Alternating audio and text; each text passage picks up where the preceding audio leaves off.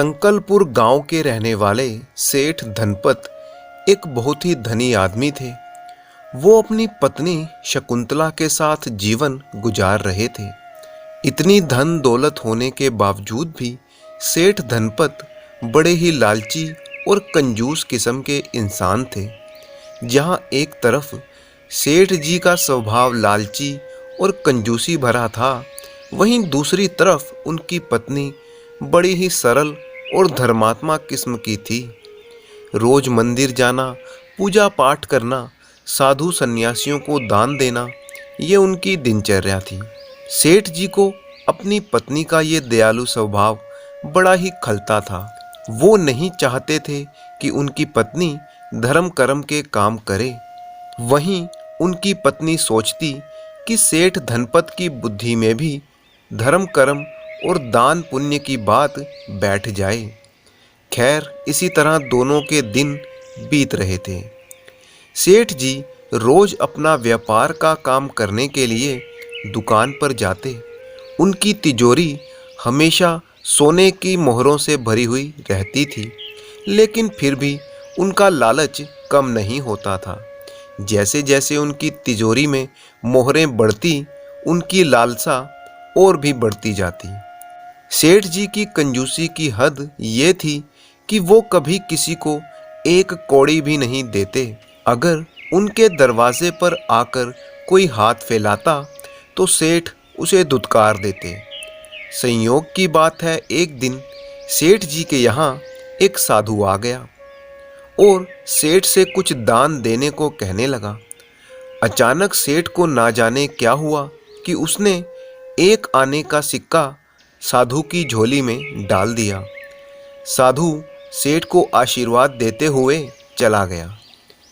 सेठ जी वापस अपने काम पर लग गए और पूरा दिन काम करने के बाद शाम को सेठ जी जब वापस घर की तरफ चले तो 2 कदम चलते ही उनके पैरों से कुछ टकराया। उन्होंने देखा एक पोटली उनके सामने गिरी पड़ी थी।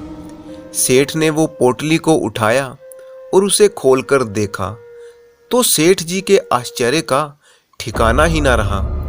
उस पोटली में एक एक आने के सिक्के भरे पड़े थे। मारे खुशी के सेठ जी कूदने लगे। सेठ ने पोटली संभाल ली और घर पहुंचने पर अपनी पत्नी को सारी बात बताई कि उन्होंने सुबह एक साधु को एक आना दिया तो रात में उन्हें एक एक आने से भरी हुई पोटली मिल गई। पत्नी ने कहा कि आपने साधु को दान दिया, इसीलिए उस दान का फल आपको मिल गया। इसके बाद सेठ जी सोने के लिए चले गए, परंतु सेठ जी को नींद नहीं आ रही थी। उनके भीतर से कोई कह रहा था, अरे मूर्ख, तूने साधु को एक आना ही क्यों दिया? अगर एक सोने की मोहर दी होती तो तू ना जाने कितना माला माल हो जाता। इस पोटली में सोने की मोहरें ही भरी होती।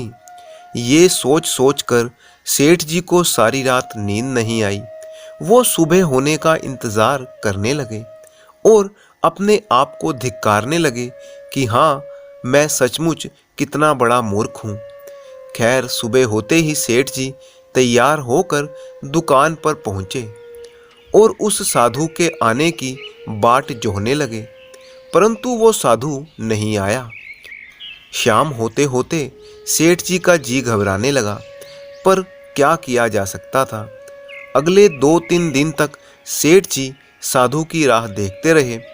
फिर एक दिन अचानक वो साधु फिर से सेठ जी के पास भिक्षा मांगने आया। साधु को देखते ही सेठ धनपत का चेहरा खिल उठा। उन्होंने झट से अपनी तिजोरी से एक सोने की मोहर निकाली और साधु को थमा दी। सोने की मोहर पाकर साधु बहुत ही खुश हुआ और खुशी खुशी वहां से चला गया। अब तो सेठ के लिए एक एक पल काटना एक एक युग के समान हो गया था। वो चाहता था कि कैसे भी हो और जल्दी जल्दी शाम हो जाए। वक्त अपनी रफ्तार से गुजरा और शाम भी हो गई। सेठ फटाफट अपने घर को चल दिया। वो ठीक उसी जगह पर रुका जहां उसे पहले सिक्कों से भरी हुई पोटली मिली थी, परंतु आज वहां पर कुछ नहीं था। सेठ को लगा शायद वो कुछ जल्दी आ गया है, तो थोड़ा इंतज़ार करना ठीक रहेगा।